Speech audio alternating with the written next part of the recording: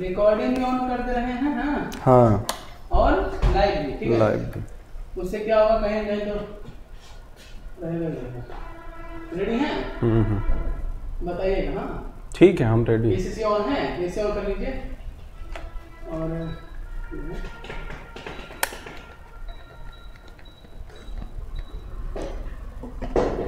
चलो क्या? हाँ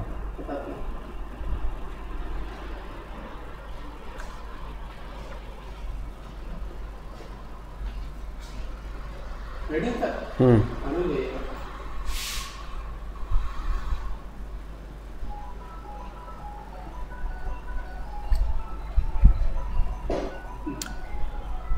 हेलो दोस्तों, नमस्कार। मैं शिवम उपाध्याय स्वागत करता हूं आपका सागर एकेडमी के यूट्यूब चैनल पर।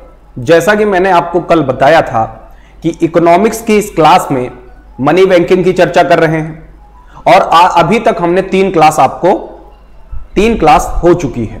और साथ ही साथ मैंने कल बताया था कि आज हम जो चर्चा करने वाले हैं आपसे एक बहुत महत्वपूर्ण टॉपिक, जिसको हम इन्फ्लेशन के नाम से जानते हैं। इन्फ्लेशन यानी मुद्रास्फीति। इस वीडियो में हम यह जानने की कोशिश करेंगे कि आपकी इन्फ्लेशन होती क्या है, इन जनरल टर्म में इसको क्या कहते हैं, और साथ ही साथ इसके क्या कारण और निवारण हो सकते हैं। तो बिल्कुल आपको पीछे स्क्रीन पर दिख रहा है कि सबसे पहले हम इसकी परिभाषा की चर्चा करेंगे कि यानी इन्फ्लेशन हम कहते किसको हैं। क्या इन्फ्लेशन हम कहते किसको हैं। दूसरी बात करेंगे मुद्रास्फीति क्यों होती है, मुद्रास्फीति को नियंत्रित कैसे किया जाता है, मुद्रास्फीति के प्रकार क्या है, फिलिप्स वक्र क्या होता है, बेस प्रभाव क्या होता है, मुद्रास्फीति का अर्थव्यवस्था के विभिन्न पक्षों पर प्रभाव क्या होता है। और ध्यान दीजिएगा, ये वाला पार्ट आपका सबसे ज्यादा इंपॉर्टेंट होने वाला है। कौन सा? मुद्रास्फीति का अर्थव्यवस्था के विभिन्न पक्षों पर प्रभाव वाला जो पार्ट है, ये आपका इस वीडियो का सबसे इंपॉर्टेंट और सबसे लास्ट पार्ट होगा। ठीक है, तो ये आपको पता चल गया कि आज के क्लास में हम लोग क्या क्या चर्चा करने वाले हैं। और मुद्रास्फीति आपका बहुत इंपॉर्टेंट है, डायरेक्ट कॉन्सेप्ट पे क्वेश्चन एग्जाम में बनाता है। आइए फिर चर्चा करते हैं कि मुद्रास्फीति आपकी होती क्या है। ठीक है, तो आप देख पा रहे हैं कि सबसे पहले बात करेंगे हम परिभाषा की, जैसा कि मैंने आपको पहले भी बताया कि सबसे पहले हम बात करेंगे किसकी? परिभाषा की, यानी डिफिनेशन। कीमतों के सामान्य स्तर में सतत वृद्धि या अर्थव्यवस्था में कीमतों के सामान्य स्तर में कुछ समय से लगातार वृद्धि हो रही है। हम कहें कीमतों के सामान्य, इन जनरल में कांस्टेंट वृद्धि, या फिर कीमतों में एक विशेष समय के दौरान वृद्धि होती है, तो हम उसे मुद्रास्फीति नहीं, हम उसे महंगाई कहते हैं। ठीक है, एक बात समझिएगा, मुद्रास्फीति को महंगाई हम कह जरूर देते हैं, लेकिन इन दोनों में अंतर है। यानी अगर हम बात करें कि कीमतों के अगर सामान्य स्तर में, जो जनरल, जैसे एक पार्ले जी 10 रुपए का आता है, कुछ समय बाद एक पार्ले जी 11 रुपए का हो गया। ठीक है, उसके कुछ समय बाद 12 रुपए का हो गया। तो यह क्या हुआ? सतत और जनरल वृद्धि है। मतलब समझ पा रहे होंगे कि ऐसा वृद्धि होना स्वाभाविक है, ऐसी वृद्धि होती है समय के साथ। हम इसको महंगाई कह सकते हैं, हम इसको मुद्रास्फीति नहीं कहेंगे।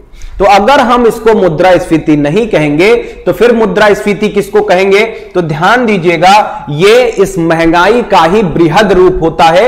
ये बात ध्यान रखिएगा, मुद्रास्फीति महंगाई का बृहद रूप है, जब जो अर्थव्यवस्था की अधिकतर वस्तुएं हैं, ठीक है, आलू के दाम में एकाएक वृद्धि हो गई, देन हम कह दें कि देश में मुद्रास्फीति की स्थिति है। यह गलत बात है। आलू के दाम में महंगाई हो गई हम कह सकते हैं, प्याज के दाम में महंगाई होगी कह सकते हैं, दूध के दाम में महंगाई हो गई कह सकते हैं। लेकिन जब ये आलू, प्याज, दूध, आटा, चावल के साथ साथ पेट्रोल, डीजल, मतलब जो और अर्थव्यवस्था की समग्र वस्तुएं हैं, कौन कौन सी? बेसिकली 3 चीजें हम शामिल करते हैं। कौन कौन सा? एक प्राथमिक उत्पाद, दूसरा फ्यूल एंड पावर, और तीसरा मैन्युफैक्चरिंग गुड्स। क्या क्या? एक फ्यूल एंड पावर, दूसरा प्राथमिक उत्पाद और मैन्युफैक्चरिंग गुड्स। ठीक है, यानी उत्पाद। ठीक है। तो विनिर्मित उत्पाद, ये तीन चीजें हम अर्थव्यवस्था के मुख्य घटकों के रूप में शामिल करते हैं, साथ ही साथ सेवाओं को भी इसमें लिया जाता है। तो इन चीजों में जब हम क्या देखते हैं कि बहुत बृहद रूप से इन सारी चीजों में वृद्धि हो गई, then we can say that कि अर्थव्यवस्था में, किसी देश की अर्थव्यवस्था की स्थिति अब मुद्रास्फीति में बदल रही है। तो महंगाई और मुद्रास्फीति में एक बेसिक डिफरेंस है। महंगाई एक छोटा कॉन्सेप्ट है, जबकि इन्फ्लेशन बृहद रूप से देखने को मिलता है। जब अर्थव्यवस्था में समग्र रूप से महंगाई की स्थिति होती है तो हम उसे इन जनरल टर्म में क्या बोल सकते हैं, इन्फ्लेशन। ठीक है, इतनी बात आप लोग समझ गए होंगे। आइए फिर आगे बढ़ते हैं। इतनी बात नहीं समझ आई है तो फिर हम समझाएंगे आपको, बिल्कुल बने रहिएगा, आसानी से ये सारी चीजें आपको समझ आएंगी। अगर महंगाई है, किसी देश में महंगाई है, तो महंगाई मापने का कुछ उपाय भी होगा। यानी कैसे पता करेंगे हम कि महंगाई देश में है।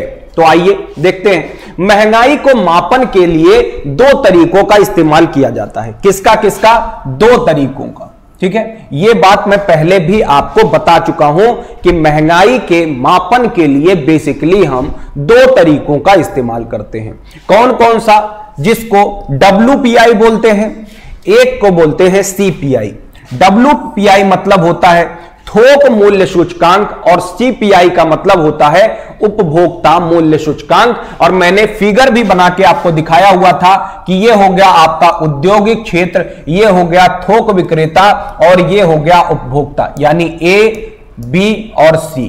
ठीक है, अगर यहां हम महंगाई को मापते हैं या मुद्रास्फीति को, तो इसको बोलते हैं PPI यानी प्रोड्यूसर प्राइस इंडेक्स। अगर हम महंगाई को इस टर्म पे मापते हैं तो देन हम उसको क्या बोलते हैं? WPI यानी होलसेल प्राइस इंडेक्स। और अगर हम महंगाई को आके यहां मापते हैं then we can say that this is CPI, और CPI को हम लोग क्या बोलते हैं? Consumer price index. और ध्यान रखना है, CPI के आधार पर मुद्रास्फीति आप 2014 से पहले हम WPI आधारित मुद्रास्फीति का मापन करते थे, और जबकि उपभोक्ता मूल्य सूचकांक यानी CPI का मापन जो है, ध्यान रखिएगा, 2014 के बाद से किया जा रहा है। और इसमें CPI संयुक्त के रूप में इसका मापन किया जाता है। यह बात भी आपको ध्यान रखनी है। तो हम क्या मापते हैं? CPI संयुक्त यानी रूरल प्लस अर्बन। इसको क्या लिख सकते हैं? CPI rural plus CPI urban. आपको पता भी होगा कि जो है शहरी क्षेत्र में मुद्रास्फीति और ग्रामीण क्षेत्र में मुद्रास्फीति की दरों में अंतर होता है। जो चीजें गांव में सस्ती मिलती हैं क्योंकि उनकी अवेलेबिलिटी है, तो वो शहरों में महंगी मिलती हैं, और कुछ चीजें होती हैं जो शहरों में सस्ती मिलती हैं और गांवों में महंगी मिलती हैं। इस वजह से टोटल हम लोग इसको अलग अलग निकालते हैं। ठीक है, अब आपके मन में एक प्रश्न आ रहा होगा, इसको मैंने समझाया है पिछले वीडियो से भी, आप जाके देख सकते हैं कि CPI और WPI में बेसिकली अंतर क्या होता है। ठीक है, तो आपके मन में एक सवाल उत्पन्न हो रहा होगा कि सर ये महंगाई का मेजरमेंट किया कैसे जाता है? तो बिल्कुल वो बात समझ लीजिए कि महंगाई का मेजरमेंट किया कैसे जाता है। तो ध्यान दीजिए, इसके लिए एक बॉक्स बनाया जाता है। ठीक है, एक बॉक्स बनाया जाता है जिसमें प्राथमिक उत्पाद, ठीक है, उसके बाद फ्यूल एंड पावर, ठीक है, ऊर्जा की बात कर रहे हैं, और तीसरा जो होता है आपका मैन्युफैक्चरिंग गुड्स को रखा जाता है। ठीक है, और ये लगभग आपके 697 गुड्स हैं जो दैनिक कार्यों में उपयोग होते हैं, और साथ ही साथ इनमें महत्वपूर्ण जो जीवन जीने के लिए महत्वपूर्ण पदार्थ हैं उनको टोटल 697 वस्तुओं का एक टोकरी बनाई जाती है। ठीक है, ध्यान रखिएगा, वर्चुअल टोकरी 697 वस्तुओं की टोकरी बनाई जाती है। यह नंबर बदल सकता है, समय समय पर इस नंबर में इंक्रीमेंट और डिक्रीमेंट होता रहता है। ठीक है, तो यह बात आपको ध्यान रखनी है। आइए, जब हम WPI आधारित मुद्रास्फीति की बात करते हैं तो वहां हम जो प्राथमिक उत्पाद हैं इसका वेटेज 29% रखते हैं। कितना? 23% हम उसका वेटेज कितना रखते हैं? 23%। कब रखते हैं? जब हम WPI आधारित मुद्रास्फीति को माप रहे थे और फ्यूल पावर को 15% और साथ ही साथ मैन्युफैक्चरिंग गुड्स को 64% रखा जाता है। ठीक है, आप जोड़ेंगे तो लगभग 100% होगा। 5 4 9 9 3 12 9 3 12 और 6 1 7 2 9 1 10। ठीक है, 102 थोड़ा पॉइंट में है, वो 22 दशमलव कुछ होता है इस वजह से। ठीक है, तो ये 100% गुड्स आ गए और 100% गुड्स में आप देख रहे हैं CPI आधारित मुद्रास्फीति में प्राथमिक जो वस्तुएं हैं उनका जो वेटेज है वो सिर्फ 23% है। और जबकि आपको पता है कि जो आपकी प्राथमिक वस्तुएं होती हैं, ठीक है, वो उपभोक्ताओं के ज्यादा निकट होती हैं, उपभोक्ताओं के ज्यादा निकट होती हैं। और जबकि ये जो आपका मैन्युफैक्चरिंग गुड्स है यानी विनिर्मित उत्पाद है, ये किनके निकट होता है? विनिर्मित उत्पाद है, ये किसके निकट होता है? उद्योगों के निकट। ठीक है, तो अगर हम जो है WPI बेस्ड पे मुद्रास्फीति निकालेंगे तो वहां इनका वेटेज ज्यादा है, और जब इनका वेटेज ज्यादा है तो वो मुद्रास्फीति उपभोक्ताओं पर आधारित ना होकर के क्या होगी? उद्योग संस्कृति पर आधारित होगी, और उससे इन्फ्लेशन का मेजरमेंट बहुत बेहतर प्रकार से नहीं हो पाएगा। ठीक है, तो देखिए क्यों नहीं हो पाएगा, यह बात भी समझिए कि जब हम WPI बेस्ड मुद्रास्फीति को मापते हैं तो पहली बात तो प्राथमिक वस्तुओं का वेटेज कम है। दूसरी बात, आपको पता है कि इंडस्ट्री से सामान थोक विक्रेता तक आ गया, मान लीजिए A से B, ठीक है, थोक विक्रेता के पास से जब यह कस्टमर तक जाता है तो इनमें बहुत सारी चीजों के कारण इसमें फिर से महंगाई ऐड हो जाती है। और अगर हम यहां इस लेवल पर महंगाई को काउंट कर लेंगे, देन ये जो चीजें ऐड होती हैं दामों में, जैसे कि क्या होगा, आपका ट्रांसपोर्टेशन ऐड हो जाएगा, जैसे कि क्या होगा, बहुत सारे टैक्सेस, चुंगी वगैरह ऐड हो जाएंगे। ठीक है, वह रोड टैक्स, बाजार टैक्स, ये कुछ चीजें हैं जो यहां से मेजर नहीं हो सकती। वो सिर्फ और सिर्फ थोक विक्रेता से जब व्यापारी खरीद के ले जाता है या फुटकर या उपभोक्ता खरीद के ले जाता है तो उसके द्वारा जो पैसे खर्च किए जाते हैं वो इस महंगाई में इंक्लूडेड नहीं होंगे। पहली कमी दिक्कत क्या हो गई थी? प्राथमिक वस्तुएं शामिल नहीं। दूसरी प्रॉब्लम क्या है कि ये जो थोक विक्रेता से लेकर के कंज्यूमर तक जाने की प्रोसेस है, उनके बीच में जो भी प्रकार के खर्चे होते हैं उसको शामिल नहीं करता है। तीसरी सबसे बड़ी बात जो है कि मैंने आपको पहले भी बताया कि जो WPI बेस्ड मुद्रास्फीति है उसमें हम सेवाओं को शामिल नहीं करते हैं। किसको? सेवाओं को शामिल ही नहीं कर पाते हैं। क्यों? क्योंकि मैंने बताया कि A और B और C है। A आपका जो है क्या है? उत्पादक है, और B आपका थोक विक्रेता, C आपका कंज्यूमर है। तो आपको पता है कि जो सेवाएं होती हैं वो डायरेक्ट जो है प्रोड्यूसर से जो है कंज्यूमर तक ट्रांसफर हो जाती हैं। उसमें ये जो थोक विक्रेता वाला चैनल है ये होता ही नहीं है। ठीक है, और जब थोक विक्रेता वाला चैनल होगा नहीं तो वो चीजें WPI में काउंट नहीं होंगी। और आपको पता है कि किसी भी विकसित या विकासशील देश की अर्थव्यवस्था में सेवा क्षेत्र का एक बहुत बड़ा महत्वपूर्ण योगदान है। भारत की भी GDP में सेवा क्षेत्र मोर देन 55% योगदान कर रहा है। इस वजह से एक बड़ा सेक्टर आपका जो सेवा क्षेत्र है वो इन्फ्लेशन की काउंटिंग से बाहर हो गया। यही अगर हम CPI आधारित मुद्रास्फीति को मेजर करते हैं, मतलब CPI आधारित मुद्रास्फीति को मेजर करते हैं तो पहली बात तो इसमें सर्विसेज शामिल होंगी, यानी सेवाएं शामिल होंगी। दूसरी बात क्या होगी, आपकी ध्यान दीजिएगा, दूसरी बात यह होगी कि इसमें जो प्राथमिक, जो प्राइमरी गुड्स हैं उनका वेटेज बढ़ा करके 39% कर दिया है। यानी आप कह सकते हैं कि CPI आधारित मुद्रास्फीति उपभोक्ताओं के अत्यधिक निकट है और इस वजह से यह मुद्रास्फीति ज्यादा सटीक प्रतीत होती है। ठीक है, यह बात ध्यान रखना है। यद्यपि WPI आधारित इन्फ्लेशन को काउंट करना आसान है, लेकिन CPI आधारित मुद्रास्फीति को काउंट करना उतना ही मुश्किल। ठीक है, मासिक आधार पर इनका जो है वो काउंटिंग होती है, ध्यान रखिएगा। आइए कुछ पॉइंट्स हैं, इसको बहुत इंपॉर्टेंट है, ध्यान देना है आपको। तो पॉइंट्स क्या हैं आपके कि मुद्रास्फीति जो होती है आपकी वो क्या होती है, हमेशा प्रतिशत के रूप में दिखाई जाती है। तो ये बात तो आपको पहले से भी पता होगी कि मुद्रास्फीति आपकी प्रतिशत के रूप में दिखाई देती है। जैसे मैंने जब भी बात की होगी तो मैंने परसेंटेज के साथ बोला होगा, तो ये बात भी आपको ध्यान रखना है। और दूसरी बात क्या है कि मुद्रास्फीति को हमेशा पॉइंट टू पॉइंट मापा जाता है, ठीक है, ये बात भी आपको ध्यान रखनी है। आइए अब बात करते हैं किसी देश में मुद्रास्फीति होती क्यों है।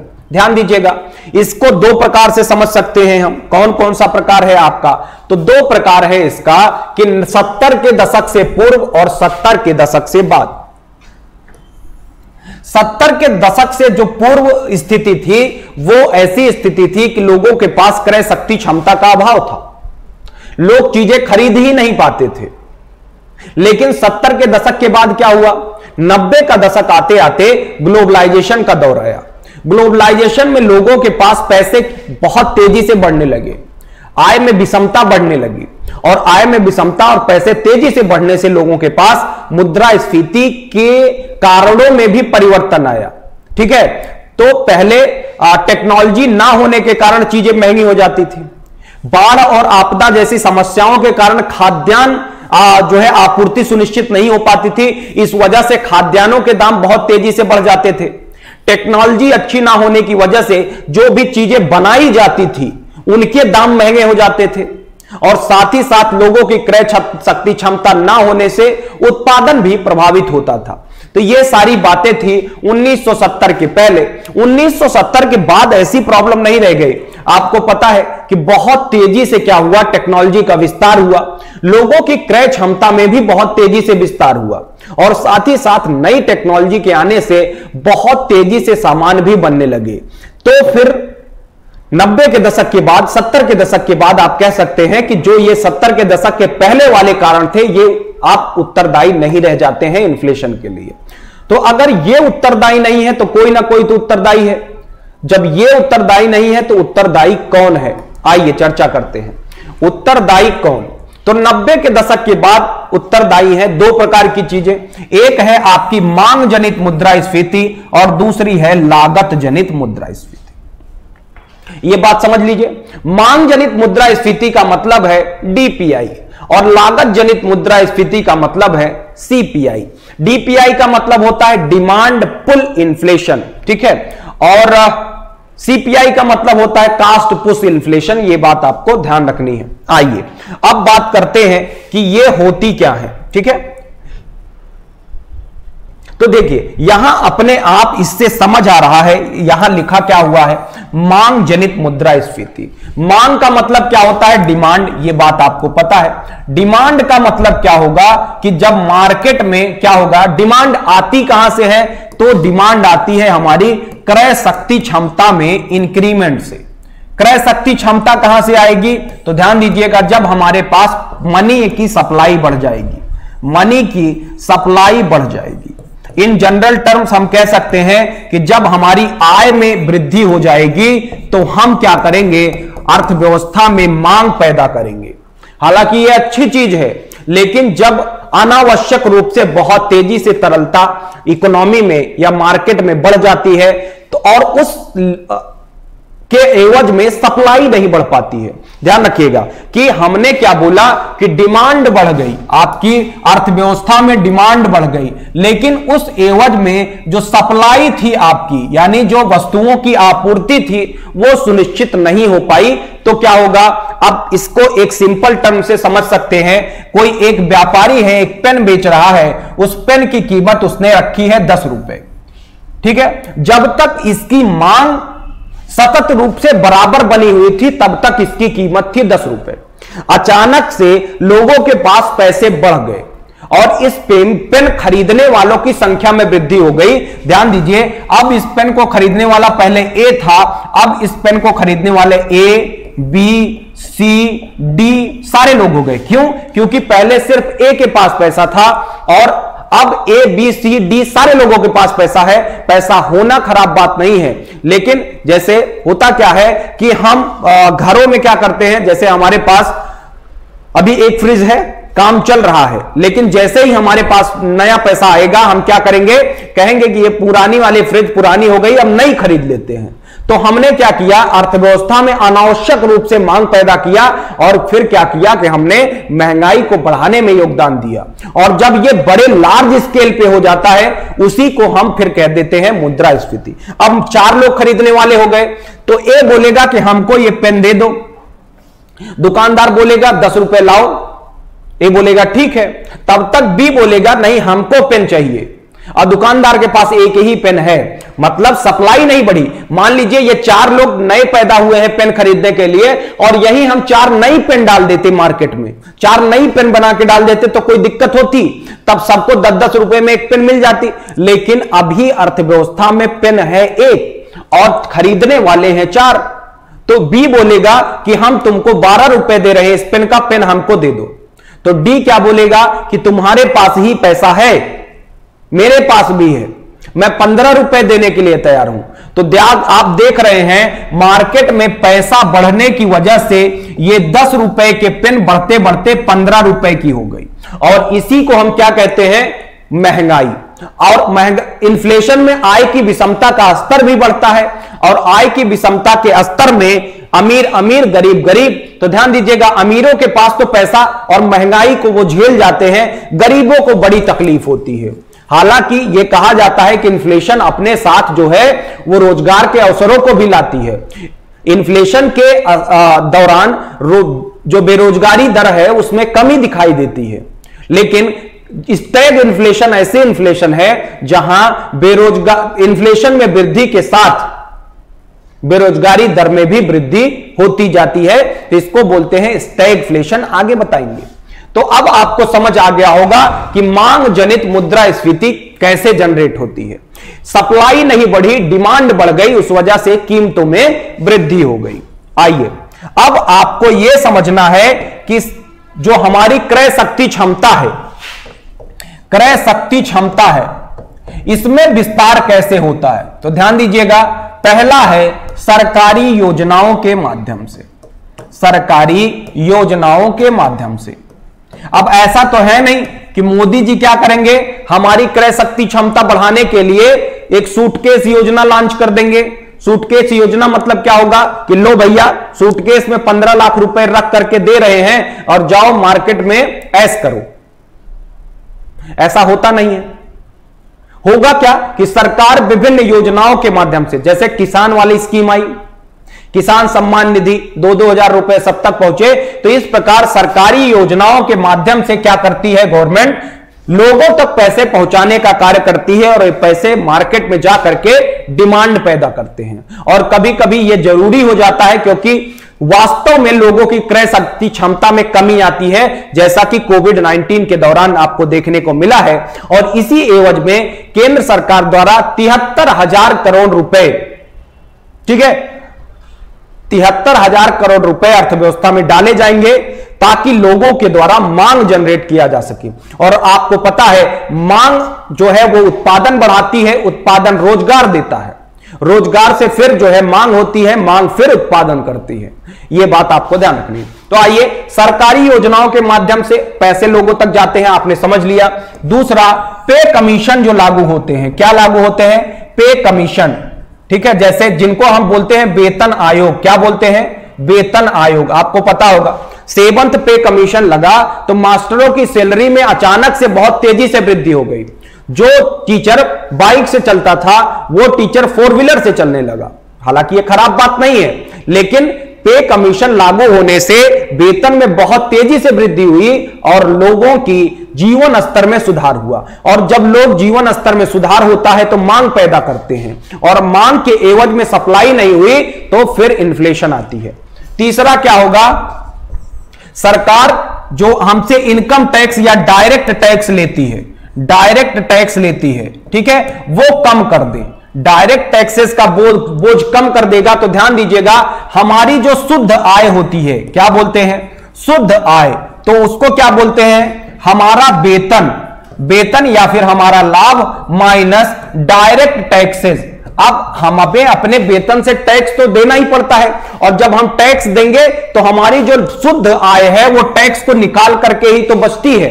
और अगर सरकार ने क्या किया, ये डायरेक्ट टैक्सेस को कम किया तो क्या होगा, हमारी आय में वृद्धि होगी। और मैंने आपको बताया ही है कि आय में वृद्धि के साथ लोग क्या पैदा करते हैं, डिमांड। और डिमांड क्या करती है, इन्फ्लेशन पैदा करती है तब जब उस एवज में मार्केट में गुड्स की सप्लाई ना की जाए। तो ये कुछ रीजंस हैं जो मुद्रास्फीति को बढ़ाते हैं, और इसको बोलते हैं हम मांग जनित मुद्रास्फीति। क्या बोलते हैं, मांग जनित मुद्रास्फीति। आइए अब चर्चा करते हैं कि ये लागत जनित मुद्रास्फीति क्या है। आइए, लागत जनित मुद्रास्फीति का मतलब क्या हो गया, तो बने रहिएगा। लागत जनित मुद्रास्फीति का मतलब हो गया कि वस्तु की लागत में ही बढ़ोतरी हो गई, और वस्तु की लागत में बढ़ोतरी होगी तो क्या होगा, इसकी जो मांग है वो क्या होगी, कम होगी। मांग कम होगी तो उत्पादन प्रभावित हो जाएगा, उत्पादन प्रभावित होगा, और उत्पादन प्रभावित होने से मार्केट में सप्लाई कम हो जाएगी। किसकी, सप्लाई, गुड्स की। और जब सप्लाई कम होगी तो फिर क्या होगा, महंगाई आपकी बढ़ने लगेगी। ठीक है, तो ये एक चक्रीय प्रभाव है कि लागत बढ़ेगी, मांग कम हो जाएगी क्योंकि चीजें महंगी हो जाएंगी। मांग कम होगी तो उत्पादन कम होने लगेगा, उत्पादन कमी कर दी जाएगी, और उत्पादन कमी होगी तो सप्लाई कम हो जाएगी, सप्लाई कम होगी तो फिर से महंगाई बढ़ जाएगी। ध्यान रखिएगा। अब लागत किन किन कारणों पे डिपेंड करती है, आइए देखते हैं लागत आपकी किन कारणों पे डिपेंड करती है। तो सबसे पहले आपको पता है कि लागत में जो चीजें लगती हैं, जैसे भूमि है, श्रम है, और पूंजी निवेश है, बौद्धिक क्षमता है, इन सारी चीजों के कारण लागत बढ़ती है। तो ध्यान रखिएगा, अगर इन चीजों में जैसे भूमि के दाम बढ़ गए, अचानक से जमीनों के दाम बढ़ गए तो लागत बढ़ जाएगी। हालांकि इसको बेसिक कारण नहीं माना जा सकता है, तो लागत जो है वो भूमि, श्रम, इन चीजों की वजह से भी बढ़ सकती है। दूसरी चीज क्या हो कि जो सरकार है वो इनडायरेक्ट टैक्सेस, जो अप्रत्यक्ष कर हैं, इनडायरेक्ट टैक्सेस को बढ़ा दे। अगर गवर्नमेंट अप्रत्यक्ष करों को बढ़ाएगी तो आपको पता है कीमत जो होती है किसी वस्तु की, वो सबसे पहले क्या होती है कि सबसे पहले उसकी लागत प्लस कंपनी का लाभ प्लस इनडायरेक्ट टैक्सेस, ये होती है किसी वस्तु की एक्चुअल कीमत। और इनडायरेक्ट टैक्सेस आपको पता है कि ये जिन पर आरोपित होते हैं वो नहीं भरते हैं, बल्कि इसको सामने वाले को ट्रांसफर कर दिया जाता है, और बाद में कंज्यूमर ही इसको भरता है, इनडायरेक्ट टैक्सेस।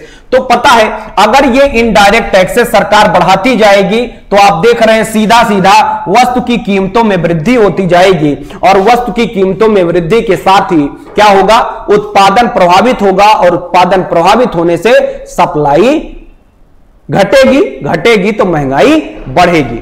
तो ये कुछ मेजर रीजंस हैं, और इसके अलावा कुछ और रीजंस हैं, जैसे आपका ऊर्जा के दामों में वृद्धि हो जाए। ऊर्जा यानी फ्यूल, आपको पता है कि फ्यूल में जो पेट्रोल डीजल है, इन पर आधारित बहुत सारे उद्योग संचालित हैं। अगर फ्यूल के दामों में वृद्धि होती है तो दो तीन चीजें बढ़ जाती हैं।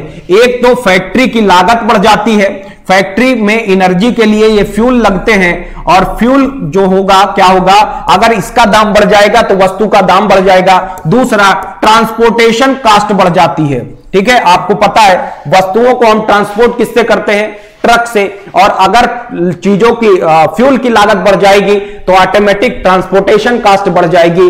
ट्रांसपोर्टेशन कास्ट बढ़ेगी तो फिर तो महंगाई मतलब वस्तुओं की कीमतों का बढ़ना स्वाभाविक है। तो ये कुछ अप्रत्यक्ष कारण कहे जा सकते हैं, और वो प्रत्यक्ष कारण थे। तो आपको उम्मीद है इतनी देर में मैं समझा पाया हूं कि मांग जनित मुद्रास्फीति और लागत जनित मुद्रास्फीति क्या होती है, कैसे पैदा होती है, और किस प्रकार से ये अफेक्ट होती है। ये बात आपको ध्यान रखना है। उम्मीद है आप समझ भी पाए होंगे, और आगे भी अगर नहीं समझ आए हैं तो कमेंट सेक्शन में लिखिएगा, मैं बताऊंगा। चलिए आगे बढ़ते हैं। अब मुद्रास्फीति पैदा तो हो गई, मुद्रास्फीति किसी देश में हो तो गई, अब इसको कंट्रोल कैसे करेंगे हम, तो ध्यान दीजिएगा, तीन चार चीजों से कंट्रोल कर सकते हैं। मांग पक्ष उपाय, आपूर्ति पक्ष उपाय और लागत पक्ष उपाय। मतलब मांग पक्ष उपाय क्या होगा, एक तो जैसे प्याज के दाम बढ़ गए तो लोगों से अपील की जा सकती है कि थोड़ा दिन जो है आप प्याज का खाने पर कंट्रोल कर दीजिए, लेकिन ये उन्हीं चीजों के लिए किया जा सकता है जो कि अननेसेसरी है या फिर जिनके बिना जीवन संभव है, उनके लिए नहीं जिनके बिना जीवन संभव नहीं है। तो मांग पक्ष उपाय हम क्या कर सकते हैं, डिमांड साइड मेजर्स में हम अपील करके क्या कर सकते हैं, उसके उपाय को देख सकते हैं। जैसे डीजल के या ट्रांसपोर्टेशन के दामों में वृद्धि हो गई तो हम कोशिश कर सकते हैं कि कार पूल कर लें, जिससे धीरे धीरे चीजें कंट्रोल हो। ठीक है, तो आमतौर पर ये डिमांड साइड मेजर जो है ये किनके द्वारा कंट्रोल किया जाता है, ये गवर्नमेंट का अपना प्लान है, गवर्नमेंट के द्वारा किया जा सकता है। दूसरी बात, मांग जनरेट कहां से होती है, तो लिक्विडिटी से। मांग जनरेट कहां से होगी, तो ध्यान दीजिएगा लिक्विडिटी से, तरलता से। तरलता ज्यादा होगी तो मांग ज्यादा होगी, आपको पता ही है।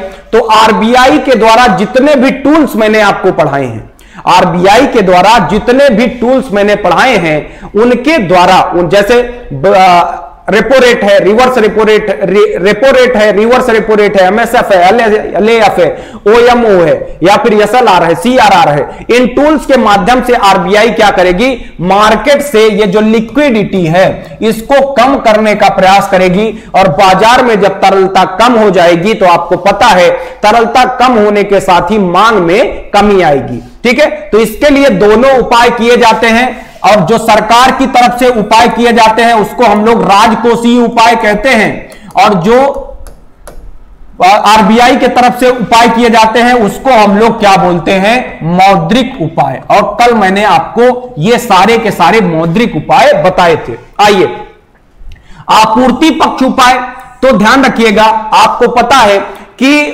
जो है हम लोग क्या करते हैं, हम लोग नहीं, आमतौर पर लोग क्या करते हैं, जब चीजों की दामों में वृद्धि होती है तो लोग उसको ज्यादा खरीद करके अपने घर में रख लेते हैं, ऐसा ना हो ज्यादा और ज्यादा दाम बढ़ जाए, और जो चालाक व्यापारी होता है वो उसकी कालाबाजारी कर सकता है। तो ध्यान रखिएगा, काला यहां जो है आपूर्ति पक्ष उपाय में सरकार को क्या करना है, कालाबाजारी रोकना है।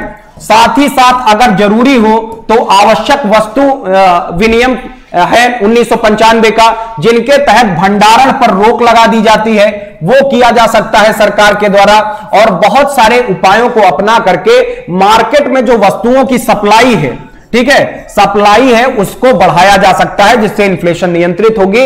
अगर जरूरत पड़े तो जो उद्योग हैं उनको सरकार के द्वारा वित्तीय सहायता, ठीक है, वित्तीय सहायता भी प्रदान की जानी चाहिए, जिसके माध्यम से आपूर्ति पक्ष उपाय आपका सही हो जाएगा, तो मुद्रास्फीति कंट्रोल में आएगी। लागत पक्ष उपाय, तो उन चीजों पर ध्यान देना है जिनसे लागत बढ़ जाती है। ठीक है, तो सरकार को रूल्स एंड रेगुलेशंस यहां अच्छे बनाने पड़ेंगे, रूल्स एंड रेगुलेशन, ठीक है, उनको कोशिश करनी होगी कि जितनी चीजें जो हैं लागत में लगती हैं उन सारी चीजों की कीमत अनावश्यक रूप से ना बढ़ने पाए। कभी कभी लोग क्या करते हैं, मार्केट में र्यूमर बढ़ा करके भी चीजों के दाम बढ़वा लेते हैं। ठीक है, तो ये बात ध्यान रखना है। ये सारा का सारा लागत पक्ष उपाय, जिन चीजों की चर्चा की मैंने लागत में, जैसे इनडायरेक्ट टैक्सेस हैं, तो अनावश्यक रूप से गवर्नमेंट को खुद भी इनडायरेक्ट टैक्सेस पे कंट्रोल रखना चाहिए। मतलब अनावश्यक रूप से इनडायरेक्ट टैक्सेस को नहीं बढ़ना चाहिए, और अगर जरूरत पड़े तो लागत पक्ष उपाय के अंतर्गत सरकार को इनडायरेक्ट टैक्सेस में कमी भी करनी चाहिए। ठीक है, तो ये उपाय हैं जो इससे इन्फ्लेशन कंट्रोल की जा सकती है। आइए, मुद्रास्फीति के प्रकार। मुद्रास्फीति के प्रकार क्या है, तो अल्प मुद्रास्फीति, सरपट मुद्रास्फीति, अति मुद्रास्फीति, मर्म मुद्रास्फीति, स्थगनजन्य मुद्रास्फीति और तिरछी मुद्रास्फीति। ध्यान रखिएगा, तो जो ये अल्प मुद्रास्फीति है, जब मुद्रास्फीति बहुत धीरे धीरे एक सतत प्रक्रम के हिसाब से बढ़ती है, देन हम उसको बोलते हैं अल्प मुद्रास्फीति। और दूसरी क्या है, गैलोपिंग यानी सरपट मुद्रास्फीति। जब हम मुद्रास्फीति को दर को ऐसे देखते हैं, इसे उछलती कूदती या सरपट कहते हैं। मुद्रास्फीति दर से 10 से बढ़ के 20 हो गई, 20 से बढ़ के 30 हो गई, और एक समय अंतराल पर हो रही है ये। तो ध्यान दीजिएगा, यद्यपि ये मुद्रास्फीति बढ़ रही है, लेकिन हम लोग क्या कहेंगे, ये जो है आपकी गैलोपिंग है। और इतना तो इसको हम रख सकते हैं अल्प में, और गैलोपिंग वाले को देखेंगे 10 से बढ़ के 100 हो गई, 100 से बढ़ के 300 हो गई, 300 बढ़ के 500 हो गई, इस प्रकार की। और यह ध्यान रखिएगा कि जो ये अति मुद्रास्फीति होती है, ये हाइपर इन्फ्लेशन की स्थिति होती है, यानी सीधे सीधे 100 से बढ़ के 1000 हो गई, 1000 से बढ़ के 10,000 हो गई। ध्यान रखिएगा, ऐसी स्थिति द्वितीय विश्व युद्ध के समय जर्मनी में देखने को मिली थी, जब लोगों ने लकड़ियों की जगह चूल्हों में नोटों को जलाना शुरू कर दिया था, क्योंकि वहां की करेंसी की वैल्यू बहुत गिर गई थी। ध्यान रखिएगा, मुद्रास्फीति के समय जो देश की करेंसी होती है उसमें गिरावट आती है, उसकी वैल्यू में गिरावट आती है। तो यह बात आपको ध्यान रखना है। आइए, मर्म मुद्रास्फीति, कोर इन्फ्लेशन, ठीक है। तो ध्यान रखिएगा, यह इंपॉर्टेंट हो जाता है आपके लिए कि कोर इन्फ्लेशन क्या होती है। तो कोर इन्फ्लेशन आपकी होती है, तो कोर इन्फ्लेशन आपकी होती है जब हेडलाइन इन्फ्लेशन में से हम inflation due to fuel and power को घटा देते हैं, ठीक है। जब inflation due to fuel and power को घटा देते हैं, क्योंकि ये फ्यूल एंड पावर तो हमारे कंट्रोल में है नहीं, जब ये हमारे कंट्रोल में नहीं है तो हम इसको इन्फ्लेशन में काउंट क्यों करें। तो हेडलाइन इन्फ्लेशन में से जब हम inflation due to fuel and power को घटा देते हैं, तो जो इन्फ्लेशन बचती है उसको मर्म मुद्रास्फीति या कोर लाइन इन्फ्लेशन कहते हैं। और जो आपका स्थगन जन्य मुद्रास्फीति है उसको स्टैग लाइन इन्फ्लेशन बोलते हैं। और स्टैग इन्फ्लेशन जो होती है, मैंने आपको बताया कि जब वह स्थिति जब मुद्रास्फीति की दर के साथ जो है वो बेरोजगारी भी पाई जाती है। आमतौर पर मुद्रास्फीति यानी इन्फ्लेशन और जो ये अनएम्प्लॉयमेंट है उसका इनवर्सली प्रोपोर्शनल होता है, लेकिन ये स्थिति में मुद्रास्फीति बढ़ने के साथ ही बेरोजगारी भी बढ़ती है। और आप जानिए, तिरछी मुद्रास्फीति या skew line inflation, skew inflation ऐसी इन्फ्लेशन है जब कुछ वस्तुओं की कीमतों में तेजी से वृद्धि हो जाती है और ये सर्टेन चीजों में वृद्धि होती है, तो वो स्क्यू लाइन या तिरछी मुद्रास्फीति के अंतर्गत काउंट किया जाता है। चलिए, तो ये उम्मीद है समझ में आया होगा आपको। अल्प, हालांकि इसके टाइप ही इंपॉर्टेंट है, बहुत ज्यादा इसके बारे में जो है एग्जाम में पूछा नहीं जाता है। तो लो इन्फ्लेशन, गैलोपिंग, हाइपर, कोर और स्टैग और जो है स्क्यू लाइन इन्फ्लेशन, इसमें दो सबसे महत्वपूर्ण हैं। ये आपका मर्म मुद्रास्फीति और स्टैग इन्फ्लेशन। मर्म मुद्रास्फीति मैंने बताया आपको कि जब हम मुख्य मुद्रास्फीति यानी हेडलाइन इन्फ्लेशन में से inflation due to fuel and power को माइनस कर देते हैं, तो जो बचता है वो मर्म मुद्रास्फीति है। और स्टैग इन्फ्लेशन मुद्रास्फीति की वह दर है, वह रेट है, वह स्थिति है जब मुद्रास्फीति के साथ साथ देश में बेरोजगारी की स्थिति भी पाई जाती है।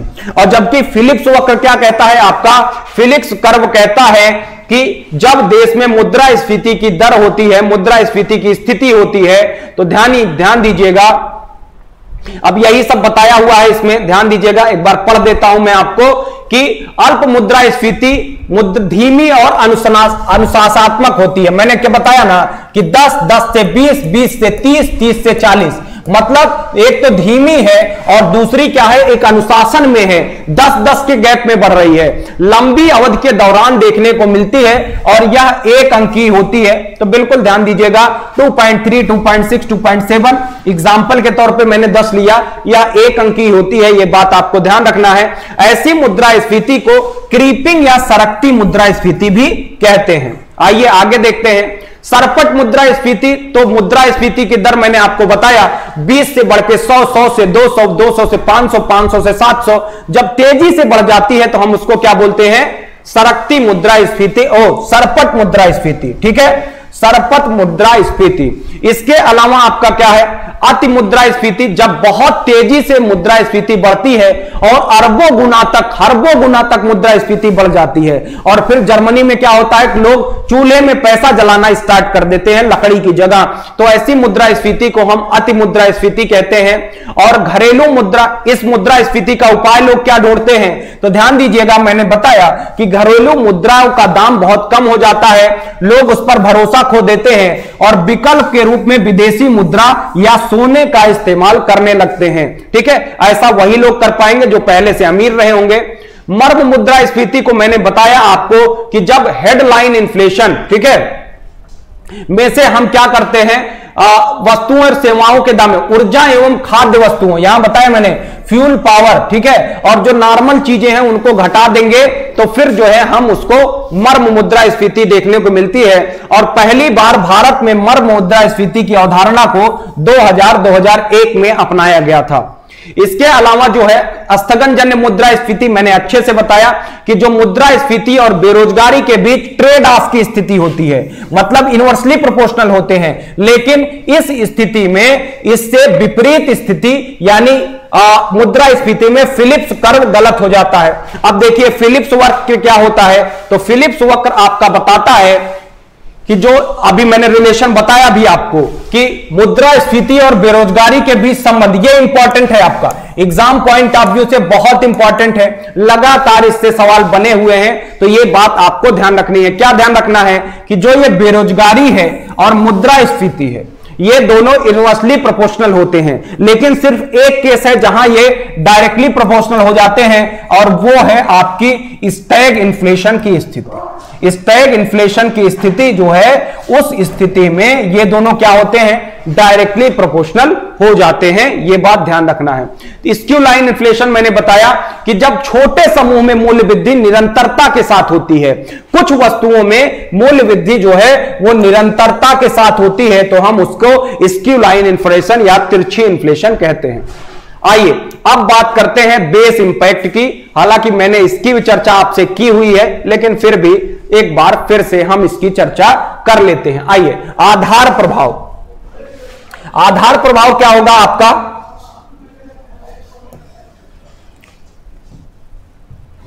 मैंने आपको क्या बताया कि मान लीजिए ये मूल्य सूचकांक है और वो महंगाई है, तो हम क्या देख रहे हैं कि 2007 से 8 के बीच जो महंगाई की दर है वो 20% है, 2008 से 2009 के बीच, ठीक है। अगर हम बेस चेंज करते हैं, हम 2007 और 2009 के बीच देखें, 2007 को बेस मान करके महंगाई को चेक करना चाहें तो ये 40% होगी, लेकिन अगर बेस ईयर 2007 से हटा करके 2008 कर दे 9 के लिए, तो ध्यान दीजिएगा फिर आपकी महंगाई काउंट होगी कैसे, तो 140 में से 120 निकाल देंगे और 120 से भाग करेंगे, तो ध्यान दीजिए ये 20/120 गुणे 100 ये आएगा, मतलब जो होगा 100/6 आएगा, ठीक है, 100/6, और तब ये इन्फ्लेशन आपकी कितनी हो जाएगी, 16.67। लेकिन अगर हम 2007 को बेस ईयर मानते और 2007 के हिसाब से सबको कैलकुलेट करते, 2007 के मूल्य के आधार पे, तो फिर आपका महंगाई जो है वो 40% आती। इसी प्रकार अगर हम 2007 से 2010 को कैलकुलेट करें तो आप देख पा रहे होंगे महंगाई है 60%, लेकिन अगर हम इसी को चेंज करके बेस ईयर एक साल पीछे वाला लें यानी 2009 लें, तो आप देख पा रहे होंगे कि तब आपकी महंगाई हो जाएगी 14.29%। इसी को कहते हैं बेस ईयर, ठीक है। अगर हम बेस ईयर पहले का लें और वर्तमान जैसे 2004 के बेस ईयर पर आज की मुद्रास्फीति को कैलकुलेट करें तो बहुत ज्यादा होगा। पहले बेस ईयर 2003-2004 था, वर्तमान में चेंज कर दिया है, 2012 को बेस ईयर कर दिया है, ठीक है, आगे भी परिवर्तन की संभावना है। तो आप ध्यान रख पा रहे होंगे कि जब बेस ईयर चेंज होता है तो महंगाई की दर जो है वो परिवर्तित हो जाती है।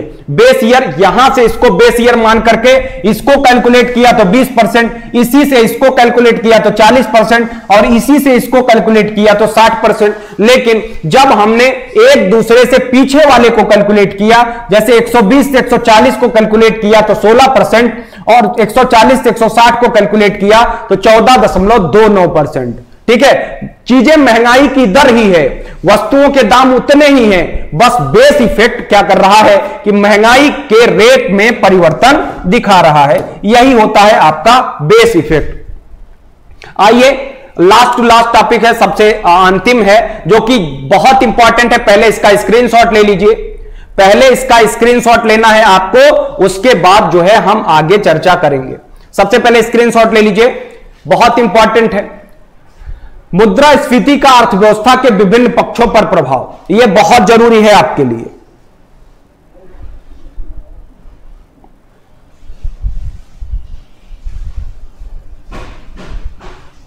तो ध्यान दीजिएगा, देनदार को लाभ, बिल्कुल मुद्रास्फीति में देनदार को लाभ होता है।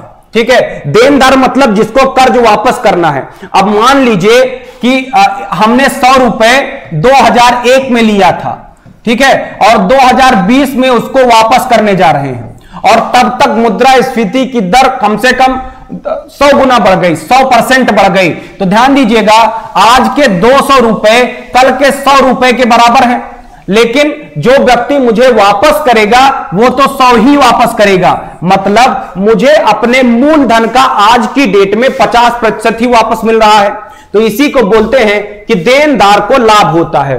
कुल मांग में वृद्धि होती है, मैंने पहले ही बताया कि मुद्रास्फीति मांग बढ़ाती है। निवेश ज्यादा होता है, आय में वृद्धि होती है, क्रय शक्ति क्षमता में कमी होती है, बचत दर में वृद्धि होती है, खर्च में कमी होती है, निर्यात में वृद्धि होती है और आयात में कमी होती है। यह बात आपको ध्यान रखनी है।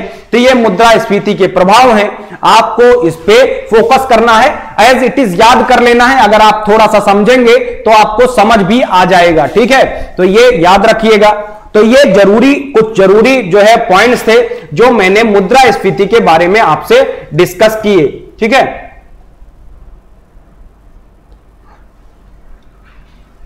अब देखिए, विभिन्न समितियों के द्वारा मुद्रा स्थिति के निर्धारण पर समय समय पर कौन सी बात कही गई है।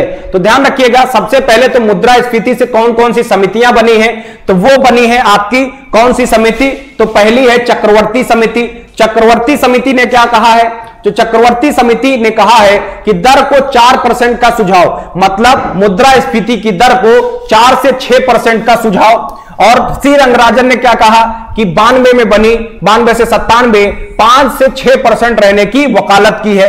और तारापुर समिति ने क्या कहा कि मुद्रास्फीति को 3 से 5% रखा जाए। ठीक है, तो ये समितियां इंपॉर्टेंट हैं, इनके नाम इंपॉर्टेंट है, काम याद भी मत रखिए तब भी चलेगा, इनके नाम इंपॉर्टेंट है, चक्रवर्ती, सिंह रंगराजन और तारापुर समिति। ध्यान रखिएगा, वर्तमान में जो मुद्रास्फीति का स्टैंडर्ड रेट है वो 4 ± 2% है, यानी ये 2 से लेकर के 6% तक हो सकता है। ये 4 ± 2% है, ये बात आपको ध्यान रखनी है। और ये कुछ समितियां हैं जो कि मुद्रास्फीति से ही संबंधित हैं, ये बात भी आपको ध्यान रखनी है। भारत सरकार के अनुसार औपचारिक रूप से मुद्रास्फीति की दर को लक्षित करने की नीति है। सीपीआई-सी को हेडलाइट इन्फ्लेशन माना गया है। सीपीआई-सी का मतलब होता है सीपीआई संयुक्त, और इस नीति के तहत वार्षिक परास को ध्यान रखिएगा, यही बात मैंने बताया कि 2 से 6% रखने का सुझाव है। सीपीआई-सी का तात्पर्य है, ठीक है, सीपीआई रूरल प्लस अर्बन, ये बात मैं आपको पहले बता चुका हूं। ठीक है, तो यही बड़ा सा लिखा हुआ है, छोटे शॉर्ट टर्म में आप समझ चुके हैं इस बात को। ठीक है, अब ये प्रैक्टिस क्वेश्चन है, इसको देख लीजिए आप, किसका सही आंसर क्या होगा कि अर्थव्यवस्था में ब्याज दर बढ़ती है, ब्याज दर ज्यादा होगी तो क्या होगा। ध्यान दीजिए, लिखा हुआ है अर्थव्यवस्था में उपभोग व्यय में वृद्धि होती है, सरकार की कर वसूली घटती है, अर्थव्यवस्था में बचत में कमी होती है, अर्थव्यवस्था में निवेश में कमी आती है। जब ब्याज दर बढ़ती है तो क्या होता है, तो इस बार इसका सबसे सही सटीक आंसर क्या होगा कि अर्थव्यवस्था में निवेश में कमी आती है। कहां कमी आएगी, तो अर्थव्यवस्था में जो निवेश जा रहा है उसमें कमी आएगी, यह बात ध्यान रखना है। क्यों, अब इसका समझ लीजिए कि जब ब्याज दर बढ़ेगी इंटरेस्ट रेट बढ़ जाएगा आपका, मैं पहले बता चुका हूं। इंटरेस्ट रेट बढ़ेगा तो लोग क्या करेंगे, लोन नहीं लेंगे, लोन नहीं लेंगे। और लोन सबसे जरूरी है क्या करने के लिए, उद्यम को स्टार्ट करने के लिए। उद्यम को स्टार्ट करने के लिए चाहिए क्या, निवेश। निवेश यानी कहां से आएगा, तो लोन से आएगा। जब लोन लोग लेंगे नहीं तो निवेश क्या होगा, अपने आप कम हो जाएगा। तो अर्थव्यवस्था में निवेश में कमी आती है। यह बात इस प्रश्न का राइट आंसर है। आइए अगला प्रश्न, ठीक है। अब यह अगला प्रश्न है कि निम्न कथनों पर विचार करें। जब मुद्रास्फीति अधिकतम होती है तब सरकार के ऋण अदायगी की लागत न्यूनतम होती है। आपने देखा ही कि जब मुद्रास्फीति की दर बढ़ेगी तो ऋण अदायगी की लागत न्यूनतम हो जाएगी। बढ़ती मुद्रास्फीति के साथ सरकार का कर संग्रह बढ़ जाता है। ठीक है, यह बात सरकार कह रही है कि बढ़ती मुद्रास्फीति के साथ सरकार का कर संग्रह बढ़ जाता है। अब यह प्रश्न के साथ मैं आपको छोड़े जा रहा हूं। ठीक है, यह प्रश्न के साथ आज की वीडियो यहीं समाप्त कर रहे हैं। इस प्रश्न का उत्तर आपको कमेंट सेक्शन में देना है और कल मैं कमेंट सेक्शन देखूंगा कि किसने किसने इस प्रश्न का आंसर सही दिया है। तो ध्यान दीजिएगा, प्रश्न को एक बार देख लीजिए, स्क्रीनशॉट ले लीजिए। तो कल मैं यहीं से स्टार्ट करूंगा कि इस प्रश्न का आंसर आप लोग क्या देते हैं। ठीक है, तो प्रश्न देख लीजिए और इसका आंसर आपको कमेंट सेक्शन में करना है। कल इन्हीं प्रश्नों की चर्चा के साथ हम वीडियो को फिर से स्टार्ट करेंगे। तो इस वीडियो में हमने पूरी तरीके से जो मुद्रास्फीति है उसको पढ़ाने की कोशिश की, उसको समझाने की कोशिश की। अगर फिर भी आपको कुछ नहीं समझ आया होगा तो फिर आप ऑफलाइन कमेंट सेक्शन में, जो ऑफलाइन नीचे कमेंट सेक्शन होता है डिस्क्रिप्शन बॉक्स के नीचे वाला, वहां कमेंट करके अपने सवाल पूछ सकते हैं। मैं अगली वीडियो में कोशिश करूंगा कि आपके उन सवालों को शामिल कर लिया जाए। Okay, thank you. फिर मिलते हैं करंट अफेयर्स के वीडियो में मॉर्निंग में। तब तक के लिए घरों में रहिए, खुश रहिए। धन्यवाद।